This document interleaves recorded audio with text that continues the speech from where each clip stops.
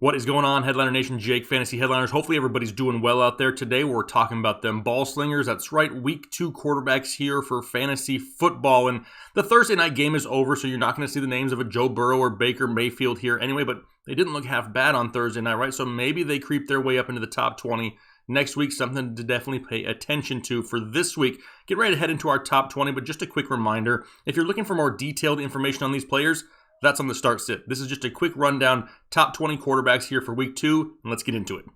Number 20, the spirit animal himself, Gardner Minshew, Jacksonville Jaguars, going up against the Tennessee Titans, a difficult matchup, but Minshew looked great last week, right? He controlled the ball, he took care of the ball, he found his receivers down the field. DJ Chark and Laviska Shenault are going to be viable weapons for him on a weekly basis. It's a difficult matchup, one they're going to have to throw a lot in. Got Gardner Minshew at number 20. Number 19, Phillip Rivers, Indianapolis Colts. And I mentioned this in the start sit video. He may be one of these guys that, racks up the yardage on a weekly basis. What's really going to depend whether he's a solid start or a little bit risky is the touchdowns, right? He has a tendency to throw those interceptions. We need some of those touchdowns. Hopefully, he can find the end zone here in week 2. Got him at quarterback 19. Number 18, Jimmy Garoppolo, San Francisco 49ers. Really the only thing holding him down on this list is the health of his weapons. Yes, I love Raheem Mostert and Jerick McKinnon out of the backfield, but we need some health on the outside, right? How healthy is George Kittle? We know there's no Deebo Samuel. Brandon Ayuk, he's getting closer, and now they've signed Mohamed Sanu. Does he have a role this week? I love the creative type of offense that Kyle Shanahan runs. He tries to find ways to get these guys the ball in space, and it gives Jimmy G a little bit of a safer floor. However, until the health of these receivers can come back, Jimmy G is going to find himself right here, right, getting close to that 20 mark right at 18. 17's Carson Wentz, Philadelphia Eagles. They're going up against the Los Angeles Rams, so he's going to have to contend with Aaron Donald, Jalen Ramsey, and a few of those other playmakers there on the defense, but he does have enough to really solidify a safe floor on a weekly basis. We know about Zach Ertz. We know about Dallas Goedert. Jalen Reagor, he'll start coming along more as the season progresses, and maybe Djax makes an appearance here in week 2. Got Carson Wentz in a difficult matchup, going at number 17 here this week.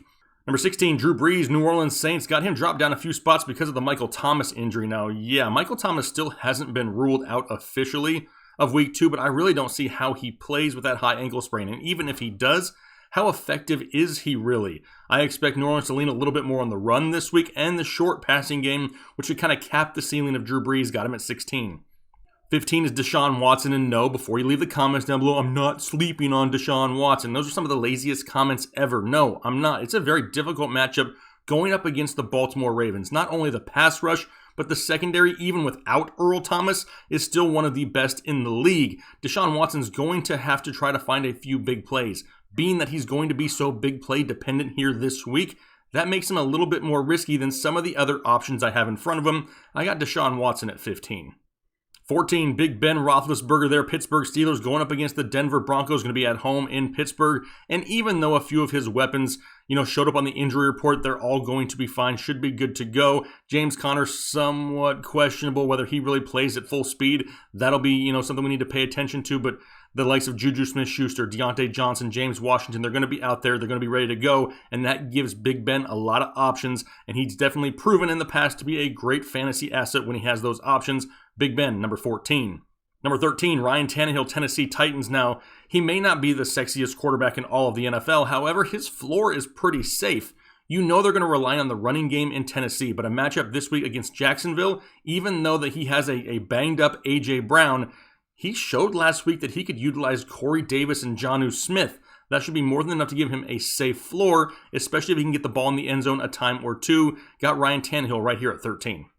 Number 12, Matthew Stafford, Detroit Lions. He would be higher on this list if we knew that Kenny Golladay was going to play. However, as of right now, there's a good chance that he doesn't, so I have him drop down a few spots. Sure, he still has plenty of options with Marvin Jones and TJ Hawkinson, DeAndre Swift, Adrian Peterson, Kerryon Johnson. I mean, there's options in this offense, right? It just limits the ceiling. We know they're going to throw the ball, and I don't dislike Matthew Stafford whatsoever. I just think that his touchdown upside is going to be a lot lower with Kenny G not on the field. Got Matthew Stafford, number 12. Number 11 is Kirk Cousins, Minnesota Vikings, and he gets a matchup going up against the Indianapolis Colts, who are kind of just picked apart in the secondary by the spirit animal himself, Gardner Minshew. They can definitely be had through the air, and Kirk Cousins has shown here early on that he can be super efficient with his throws. He doesn't have to go out there and throw the ball 45 times to get you a great fantasy day. I believe he did it, like 25 times this past week. Still finished within the top 10 quarterbacks, and I expect something similar here in week 2. Got Kirk Cousins, number 11. Kyler Murray, Arizona Cardinals, number 10. And why is he so low? I respect the front seven of the football team in Washington. They are arguably one of the best in football, and a lot of people, they haven't caught up to that yet. This is an elite pass rush, and they're going to create havoc for Kyler Murray, forcing him to get the ball out super quick. That may limit some of the bigger plays down the field. It may cause him to have to scramble a little bit more, which would help and give him that safe floor. There's just more risk this week. Got Kyler Murray, number 10. Number 9, Tom Brady, the GOAT, playing at home against the Carolina Panthers. It's a great matchup because nobody can tell me who plays in the secondary for Carolina. The only reason I have him this low is I really expect Tampa Bay to have a lead in this game and focus a little bit more on the running game. Second half with Ronald Jones and Leonard Fournette. Tom Brady in a great matchup against the Carolina Panthers, though, is definitely somebody who I would like to have in my lineup. Got him at number 9. Number 8, Cam Newton, New England Patriots, going up against the Seattle Seahawks in a game in which I expect Seattle to still put some points on the board. If they do, we will not be reliant on the Cam running game all 4 quarters for New England. It'll force him to have to throw the ball a little bit more, which raises his ceiling for me here in week 2. I got Cam Newton at number 8. Number 7, his opponent in that game, Russell Wilson, who came out in week 1 and just looked like kind of what we expect from Russell Wilson, right? He's going to be super efficient, and with the big play threats of a Tyler Lockett and a DK Metcalf, he utilized Greg Olsen a little bit underneath, and Chris Carson looked great in the passing game. Got Russell Wilson at number 7.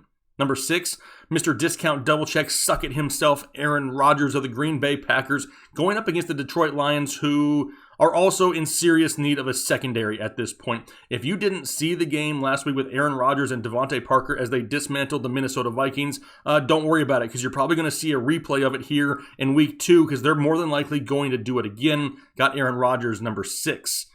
Number 5 is Dak Prescott, Dallas Cowboys, a great matchup going up against the Atlanta Falcons, who were just picked apart by Russell Wilson last week. We know Matt Ryan is going to throw the ball a lot. They do it every single year. They do it every single week. That's what gives him that safe floor. Love the matchup. Got Matt Ryan up here at number 4.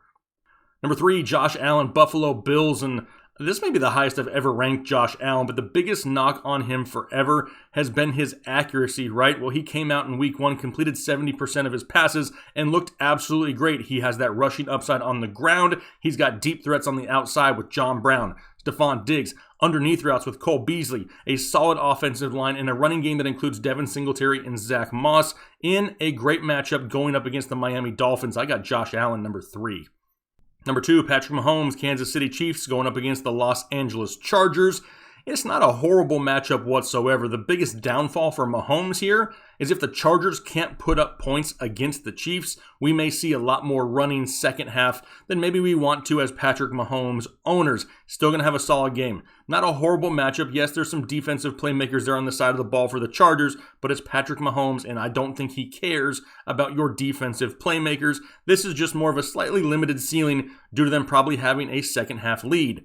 Number 1, Lamar Jackson, Baltimore Ravens, going up against a Houston Texans defense, which at times last week just looked unorganized and lost. Lamar Jackson coming out here, he's going to look for Hollywood Brown. He's going to look for Mark Andrews. However, people know that. They can't stop it. And if they try to stop it, he's just going to scramble out of the pocket and put up more yards on the ground. Love Lamar Jackson this week. Got him at number 1.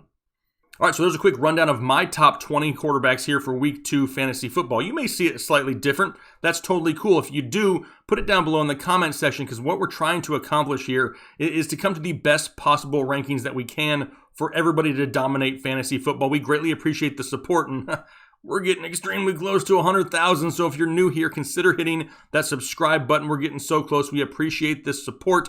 Hopefully you guys had a great week this week and a great weekend coming up. We'll talk to you later.